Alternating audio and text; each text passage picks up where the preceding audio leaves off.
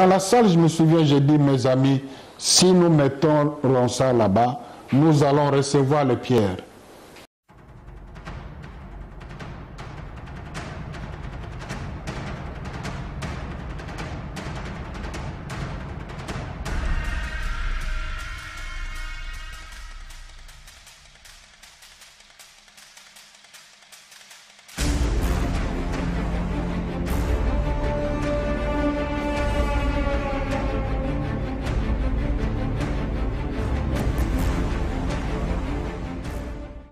Le 6 mai, c'est là où ils se sont retrouvés à 6.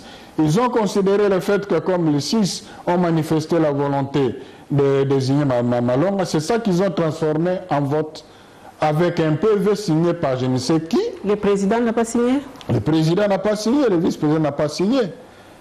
Alors, j'ai saisi l'occasion pour dire, qu'on se le dise, il faut dire que Mme Mabunda, la présidente de l'Assemblée nationale, porte une grande responsabilité sur ce qui est arrivé aujourd'hui.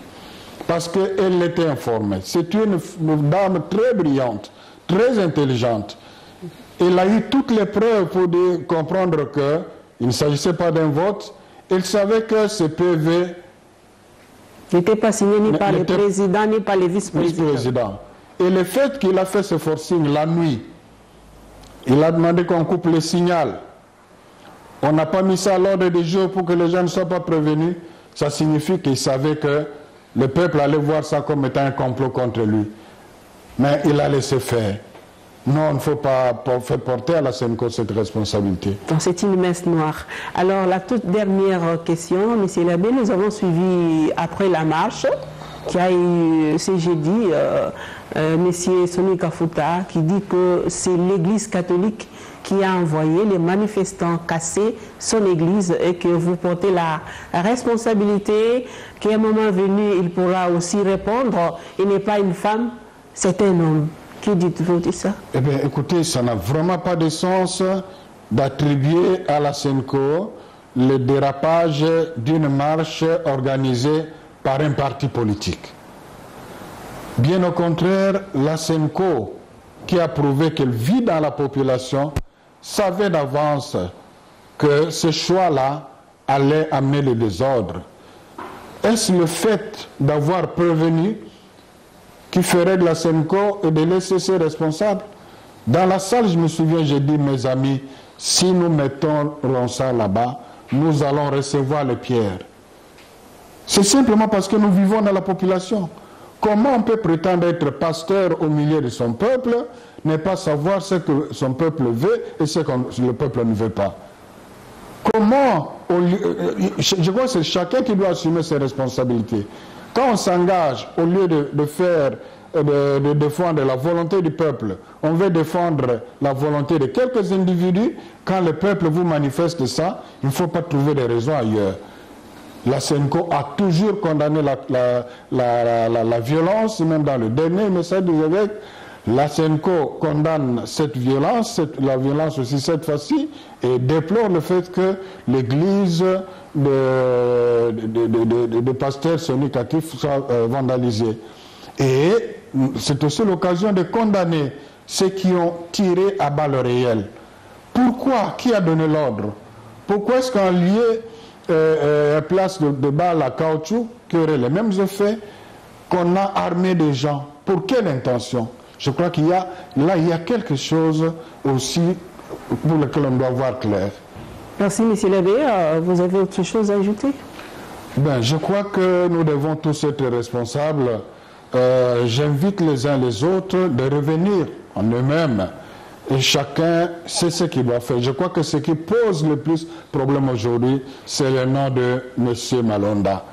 Alors, il serait pour moi simplement question que ceux qui ont amené les PV pris en considération par le Parlement puissent s'adresser à l'Assemblée nationale pour dire, et j'étais content, le révérend Soni Kafuta l'a dit aussi hier, il demande il dit que le pays ne peut pas être brûlé à cause d'un individu. Je crois que c'est ça être responsable.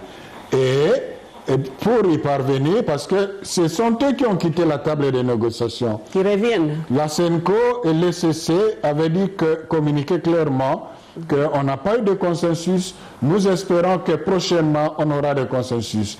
Alors maintenant, et je suis d'accord avec lui, le pays ne peut pas être brûlé à cause d'un individu, et encore lequel. Alors, il faudrait qu'il prenne le courage de communiquer à Madame la présidente de l'Assemblée que voilà, à ce stade, nous pensons reconsidérer les choses pour que nous nous retrouvions avec les autres afin que sur les nouvelles bases, nous allions de l'avant. Je crois que c'est ça qui est responsable. Merci, monsieur l'abbé. Merci. Restons toujours à la conférence épiscopale nationale du Congo pour vous dire que la conférence épiscopale nationale du Congo, par l'entremise de M. l'abbé Dovancier Cholet, le secrétaire général de la conférence épiscopale nationale du Congo, qui a représenté la SENCO et en présence de l'église du Christ au Congo, l'ECC, ont accueilli le mardi 7 juillet 2020 la lettre présentant les nouveaux candidats qui représentent l'église kimbanguiste en République démocratique du Congo dans leur plateforme de confession religieuse. Suivez cet élément. La salle de réunion du nouveau bâtiment du centre interdiocésain siège de la SENCO a servi de cadre pour la tenue de cette activité. C'est le révérend pasteur André Okundoa, vice-président de la plateforme et président de l'église du Christ au Congo, qui a dirigé la cérémonie de l'accueil du révérend pasteur Kovei Moudoudou, nouveau représentant de l'église kimbanguiste à la plateforme des confessions religieuses. La cérémonie a débuté par une prière prononcée par l'abbé André Massinganda, puis s'en est suivi de la présentation et lecture de la lettre faisant mandat à ces pasteurs de l'église kimbanguiste de siéger dans la plateforme des confessions religieuses. Lettre lue par l'abbé Cholet, secrétaire général de la SENCO. Dans son mot d'accueil, le révérend Dr Bokundoa, vice-président de la plateforme des confessions religieuses et président de l'église du Christ au Congo, a formulé le souhait d'une bonne collaboration et un bon sens élevé de responsabilité au nouveau mandataire de l'église kimbanguiste. Bienvenue, comme je l'ai déjà dit. Nous croyons que nous allons travailler dans la franchise, dans la vérité, comme nous sommes tous les enfants de Dieu. Il vous a choisi comme seul représentant parmi nous. Mais nous donnons aussi un travail, une demande à faire auprès de Foumalon. Parce que normalement, il faut un technicien pour la cible. Donc, vous ne devez pas être seul. Parce que là, vous risquez de jouer à la fois les jeux de juge et parti. Donc, il faudrait que vous soyez accompagné de quelqu'un qui est vraiment outillé dans la matière de l'élection. S'adressant à la presse, le pasteur Kovei Moudoudou, nouveau représentant de l'église kimbanguiste à la plateforme des confessions religieuses, s'est dit flatté de l'accueil et promet une bonne collaboration.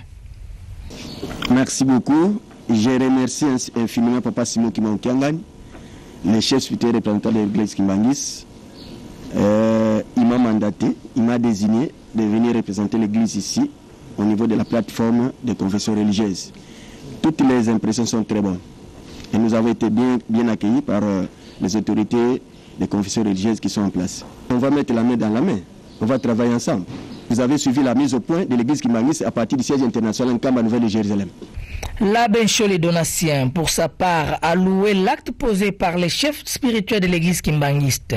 Selon le secrétaire général de la SENCO et porte-parole de la plateforme des confessions religieuses, cet acte posé vient de sauver le pays et est salutaire pour la crédibilité de la plateforme. C'est très important que ce soit fait de cette façon-là parce que ce n'est pas un secret que la plateforme est en difficulté. Il faut absolument une nouvelle dynamique. Et les nouvelles personnes sont les bienvenues pour faciliter cette nouvelle dynamique. Il y a une crise autour d'une matière précise, une crise qui nous donne la lumière sur la façon d'être, la façon de faire qui doit changer. Nous avons tous suivi ce qui s'est passé avec beaucoup d'amertume quelqu'un qui vient au nom des chefs spirituels kimbanguistes avec un candidat en affirmant haut et fort que j'ai parlé personnellement avec lui alors que ce n'était pas le cas, donc ce qui n'est pas une valeur, une de nos valeurs défendue dans la plateforme.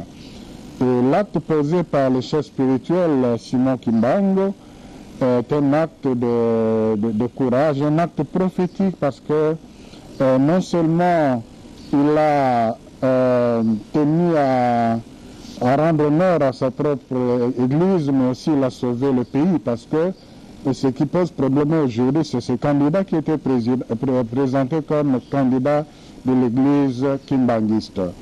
Donc qu'il ait sauvé le pays de cette façon-là, il mérite vraiment nos félicitations.